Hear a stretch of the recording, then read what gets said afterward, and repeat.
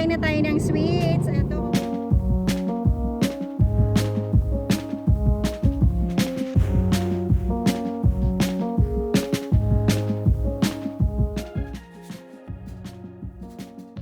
Hello guys! Welcome to my channel and I'm with two beautiful ladies, Ella G and Chatu.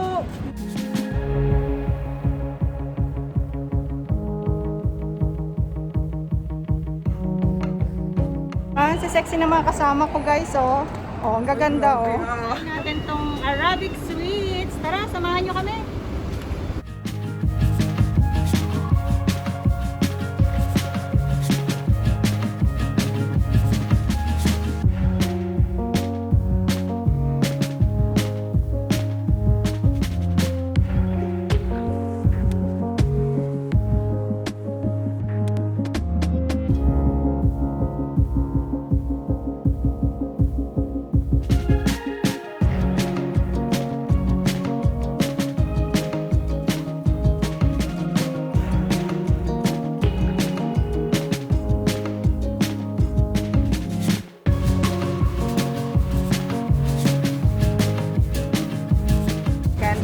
Freshly made sweets of Arabics.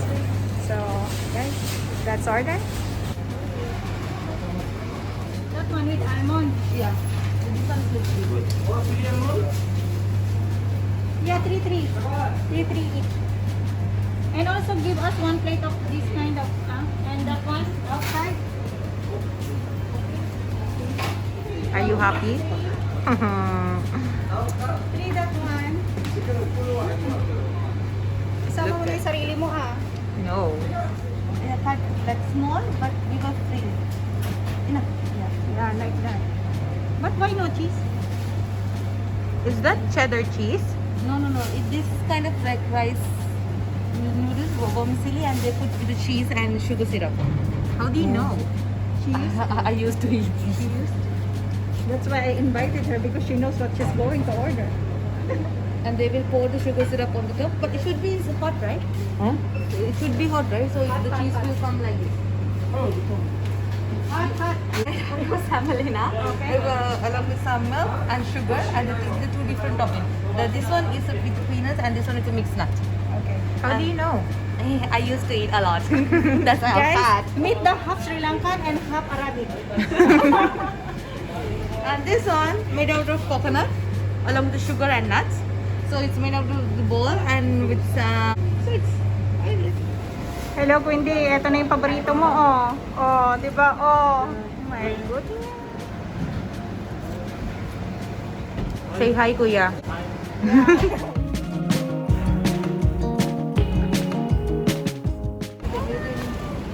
Shopping si Mama. Of course, I need to talk in English. No, I want you to speak Tagalog. Speak Tagalog. Ano na, Chato? Okay. Nagugutom ka na? Let's do Tagalog challenge for Chatu. Oh. Okay. No. I know. I know what is it. Very few words only. I know. Like Kumai what? Gana. What? Kumai Gana. What is that, What does it mean? Did you eat?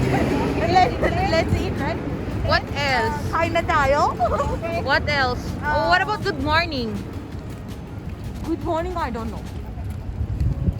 Ano pa? Kumusta ka? Kumusta ka? I know. What does I it know. mean? Ask me. Food names. I will tell food names.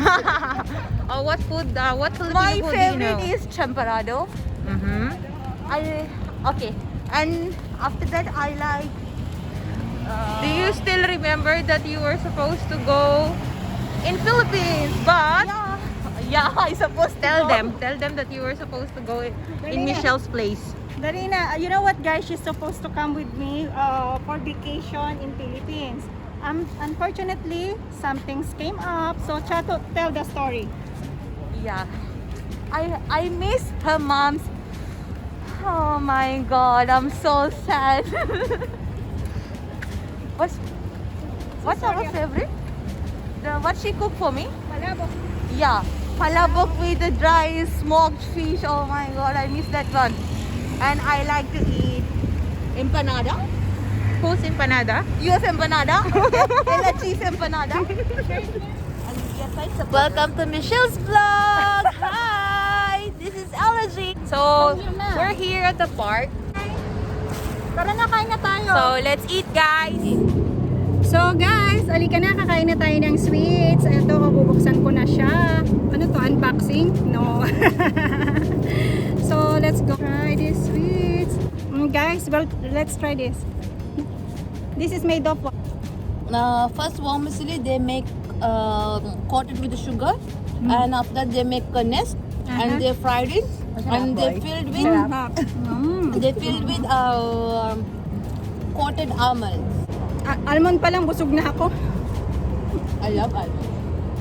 I love actually nuts. How is it, guys? It's nice?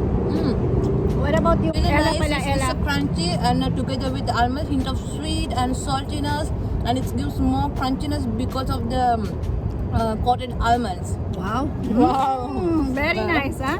Very nice description. Let's try this. So what is this, Chato?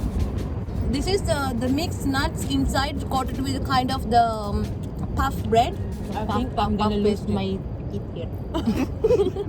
So guys, we have still a lot. Okay. So next, this is square one.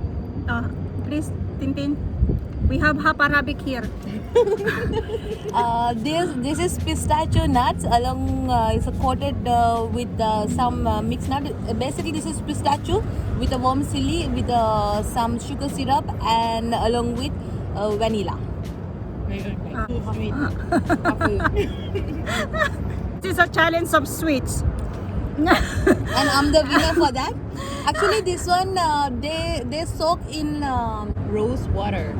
They add the sugar syrup and the rose water into this vermicelli, and Usually, Arabic people, when they're making their sweets, they use rose water. and the red color what? Sarap. I forgot the other one. Challenge to ng sweets. Basta may water. Yun. Guys, Yeah. Elegies already give up. Not even half of this plate. It's too sweet. Really, it's too sweet. It's just a challenge for us to finish this one plate. You're not even eating it. Because it's too sweet. And I love it. This one is kind of a Wait. spring roll wrapper, and they put inside mixed nut together with this one like kind of spring roll wrapper. They make like a sheet. They put the mixed nut together with soaked saffron and sugar syrup. Really? They rolled it, and they make like a spin, like this spin, and after that they are baking it. After that they will remove it, and they are pouring sugar syrup on the top. That's how they make it. And after that they are cutting into small pieces. But this, Okay. she's gonna die with the sweets. I know she's not eating sweets. I know. Really, it's a challenge for me because really I don't like sweets, guys. But yeah, I tried my best. I like almonds only. I tried my best, guys. Next time we will go for Indian sweets. I love Indian sweets. Okay, Indian sweets. Oh my God, another challenge. Indian. This is a crunchy puff pastry. Pop pastry. Yeah, the crunchy puff pastry filled with some mixed nuts together with some sweets Pop and pastry, guys. It's a layered, dough. Roll it layered. butter fold. This is the smallest and the soft version of the what we tried before. Actually, I really don't know the name. This is vermicelli soaked in a sugar, and they make a nest, and they filled with almonds. So this is going to be crunchy, sweet, and hint of Tangy. not tangy, salty, because they add a little bit salt. So actually, this is oh my god, So guys, it's salty. Salty, yeah. so guys, you got it. This is salty, sweet, and the other one is what? Oh my God, how many sweets already? We have only Crunchy. one remaining now. I'm Oh my very God, sweet we're now. done. I'm very sweet now. Oh my God, you're sweet na. Too much ano na. Too much pimple. Yeah, I'm eating lots of nuts. Maybe tomorrow tons of pimples. Guys, so last one. This is the roasted pistachio, and so soaked in the sugar syrup, and same the previous one, the vermicelli nest, and after that they are deep fried this one. So this is going to be really crunchy, the sweet and savory. See, you can see when it's breaks, like it's a bit hard, and it's like, see, it's very gooey. It's very gooey because it has lots of sugar in it. So guys, we're going to try this sweets. Why it's melted already? Actually, this one, they top of the cheese, they put soaked vermicelli, like they soak in a rose water and saffron together with some spices like cardamom, cloves, and cinnamon. They soaked it, and after they put top of the cheese, they bake, and later when the time they are serving, they are pouring the sugar syrup on the top. So if you are eating this one fresh, so the cheese will be melted and it's like so gooey like this. So nice, especially when it's hot. You can eat like hot and cold, so you can add some vanilla ice cream if you like more sweet stuff. So this is kind of like crunchy on the top and it's so gooey with the sweet and all, so you're gonna love it. Ang sarap sa buhay. Ang sarap siya. It's nice. Masarap. Really? It's not sweet. Masarap. It's not sweet. They did not put the sugar. They did not put sugar, so it's not sweet now. It's not sweet. Nice. I like it. Mmm. I like it. Really? It's one of the like. Oh guys, it's really nice. This. Mmm. Oh nga. It's not sweet. It's yummy. Mmm. Because they did not pour the sugar syrup. Mmm. Sarap. But it's not because it's not too sweet. So guys, how did you enjoy the sweet? Abik?